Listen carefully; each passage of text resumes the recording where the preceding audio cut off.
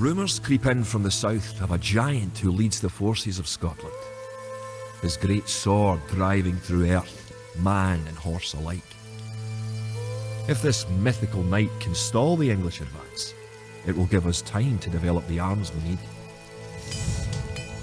Even now our smiths are forging swords and fletchers are crafting arrows and crossbow bolts.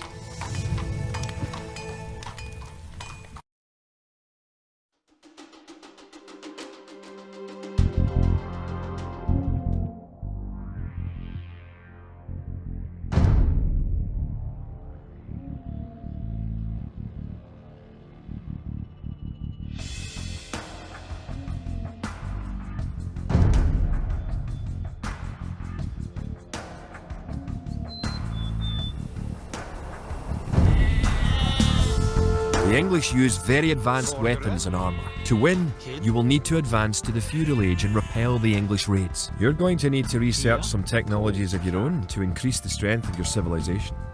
For example, researching loom makes your villagers harder to kill. To research loom, click the town centre, then click the research loom button. Good. Researching technology costs you resources, but improves your civilization. While researching, you can put your villagers to work and use your military units to explore.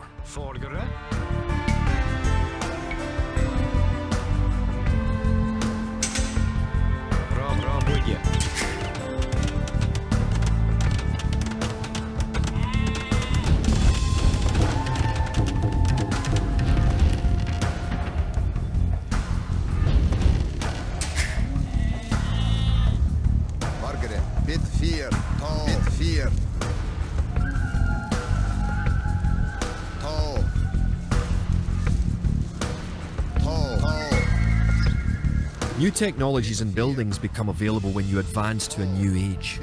To advance from the Dark Age to the Feudal Age, you need 500 food. Now you have enough food to advance to the Feudal Age. However, you also need 2 buildings from your current age. Now you can advance from the Dark Age to the Feudal Age. Click your town centre, then click the Advance to Feudal Age button. Good. You're on your way to the Feudal Age.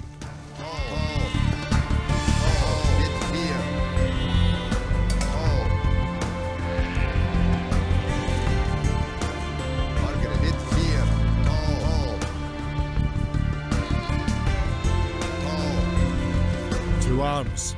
The English are making a sneak attack.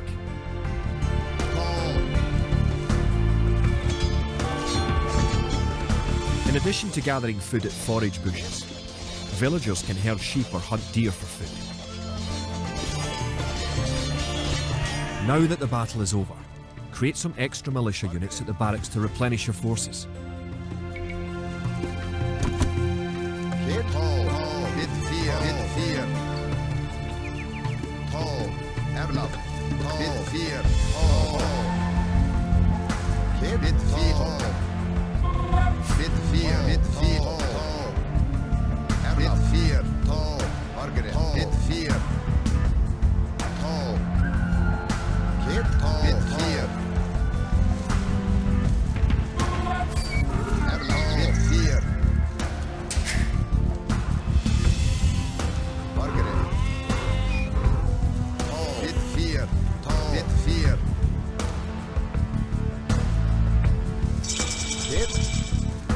Congratulations! Advancing to the next stage is the best way to improve your civilization. The idle villager button. Click it and locate villagers who are not currently assigned to a task. Now that you're in the feudal age, you can upgrade your militia to men-at-arms. Click the barracks, then click Upgrade to men-at-arms. Upgrading to man-at-arms will change all your militia units to the more powerful men-at-arms.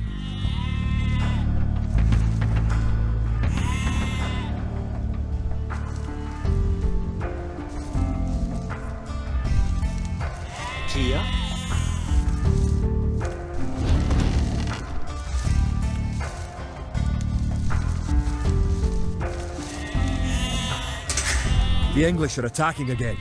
Teach them a lesson with your new men-at-arms.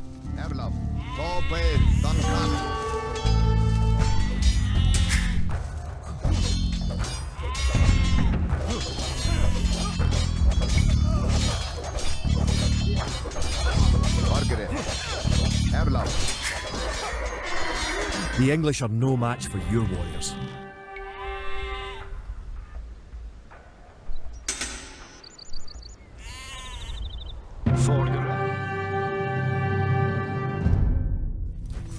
Longshanks has invaded, stormed and sacked the city of Perth. Worse, he has captured the fabled Stone of Scone and declared himself King of Scotland.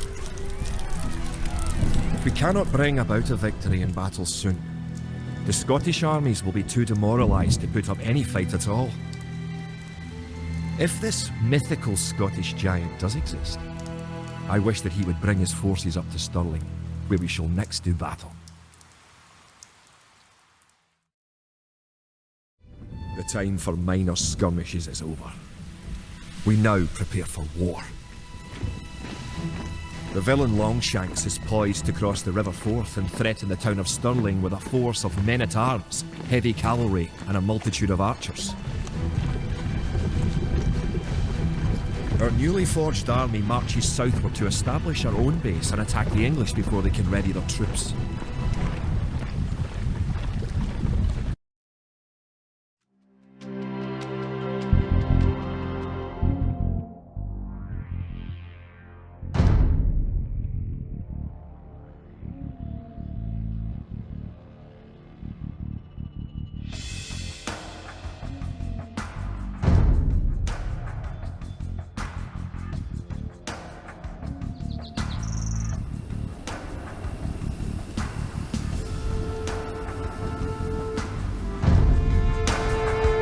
The time has come to take the offensive. The English have a fort near the town of Stirling. If we can defeat the English here, they may think twice about their invasion of Scotland. To win, destroy the English tower to the west. Before we attack the English to the west, we need to build up our forces. Have your villagers start gathering food and wood. Keep making villages at your town centre until you have 10. The more villagers you have, the faster your resources will come in.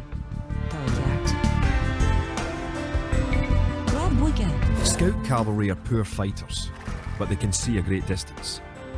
You can use your scout cavalry to explore the rest of the map and find the English. You've found some sheep. Sheep are a good source of food, so send them back to your town centre and assign a villager to gather food from them. You can specify a location for new units to gather by setting a gather point.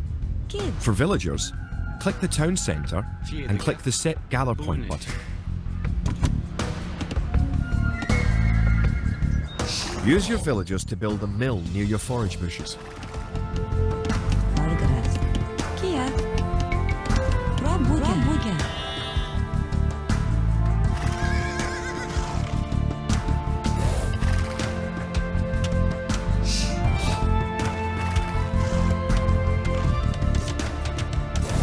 You can gain more food by building fishing ships. To create fishing ships, have your villagers build a dock in the water to the south.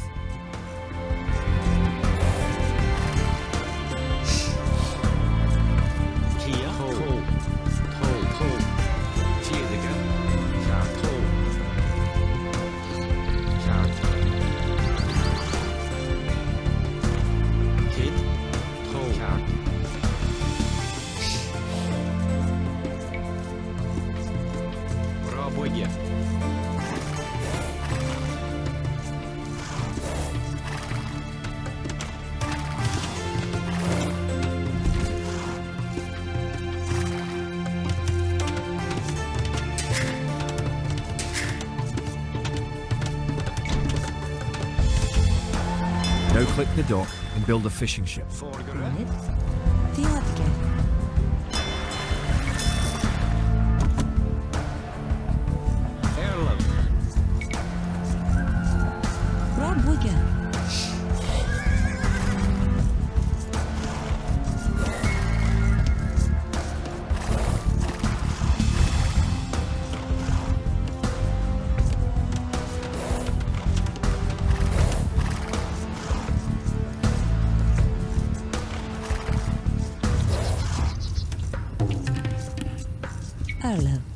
Kid? Пробуйте.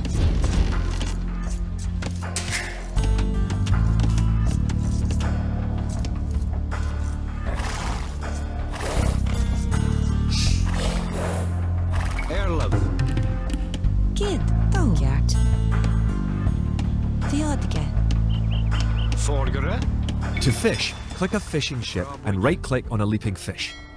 The fishing ship will collect fish and automatically return them to the dock. Fishing ships are also useful for exploring.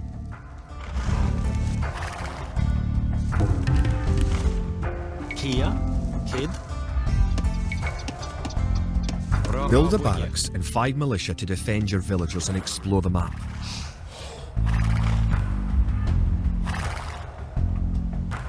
The hill with the dead tree protects the only access to your town. It would be a good idea to build a watchtower on this hill once you advance to the feudal age. Villagers can also build farms. Build 4 farms near your mill when your forage bushes are depleted. Each farm needs only 1 villager working on it.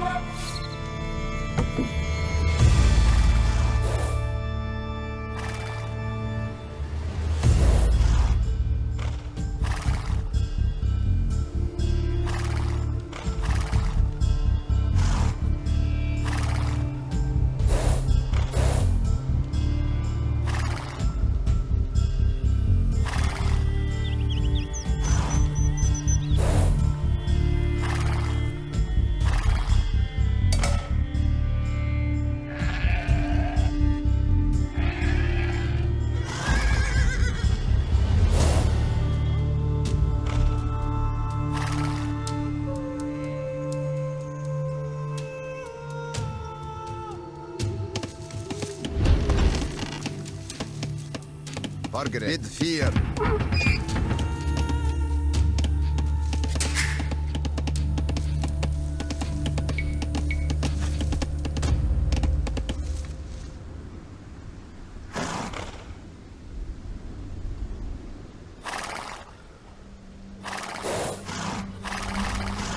The English are coming to attack. To protect your villagers, you can use the town bell to garrison them in your town centre. Click your town centre, then click town bell.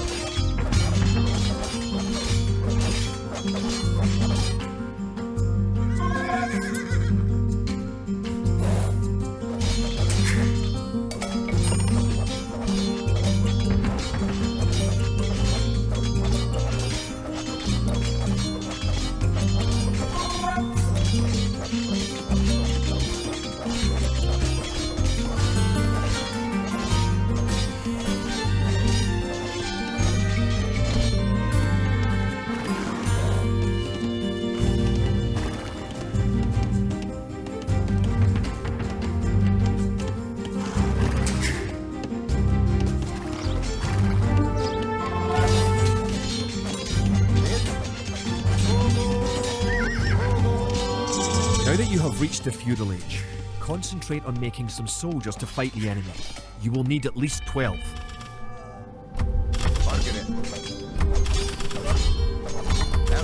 Good. You defeated the English assault. If you have villagers in your town centre, ring the town bell again to send them back to work.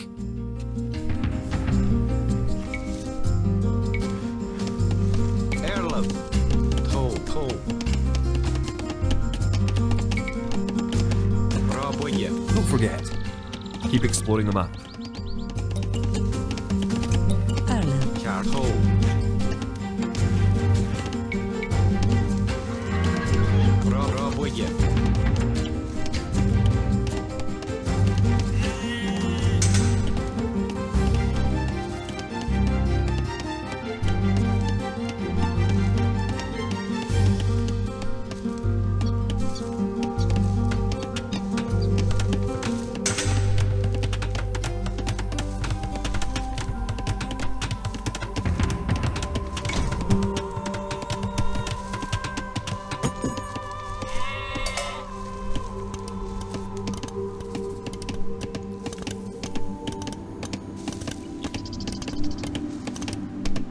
Remember, you can upgrade your militia to men-at-arms at the barracks. You should always upgrade soldiers when you can afford it.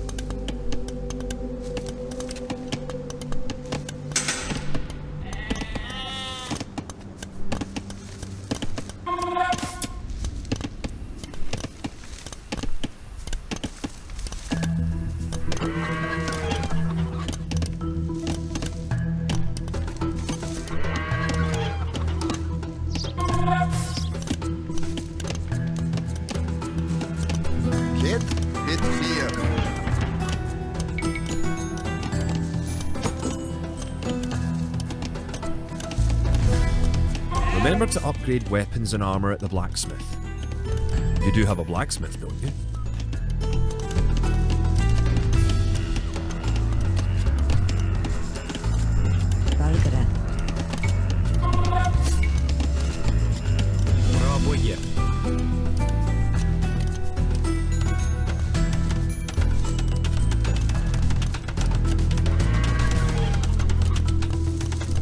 Now Now you have a large enough force to attack the English base. Charge. Keep your villagers working just in case you suffer casualties and need to make more troops.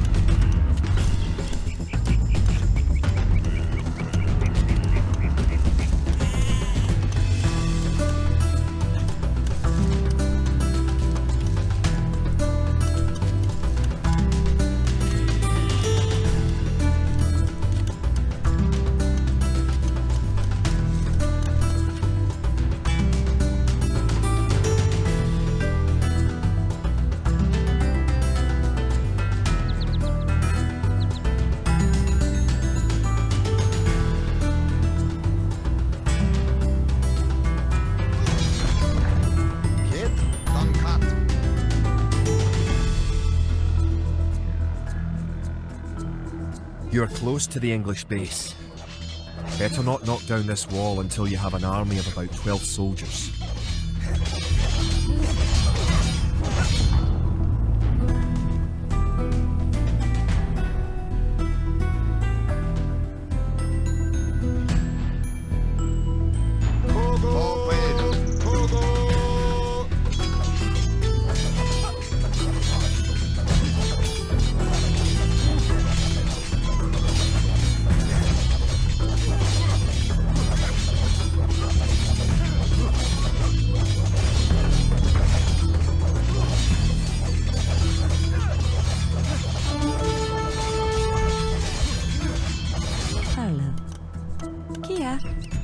Fjedika. Kid. Bonid. Fargere. Kid. To. Bid fear. To.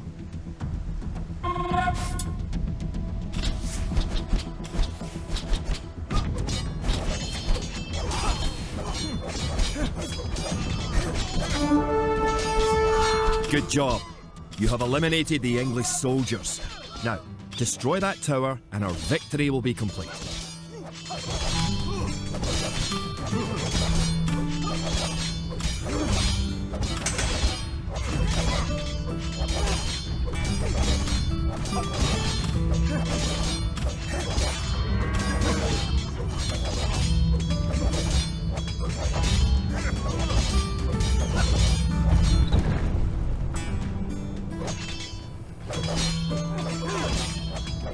Great job.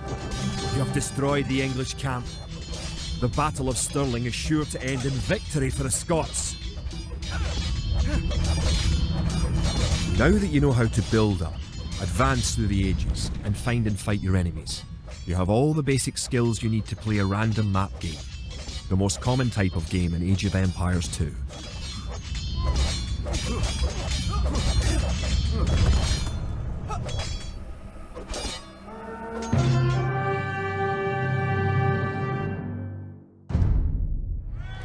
Stirling was our first great victory.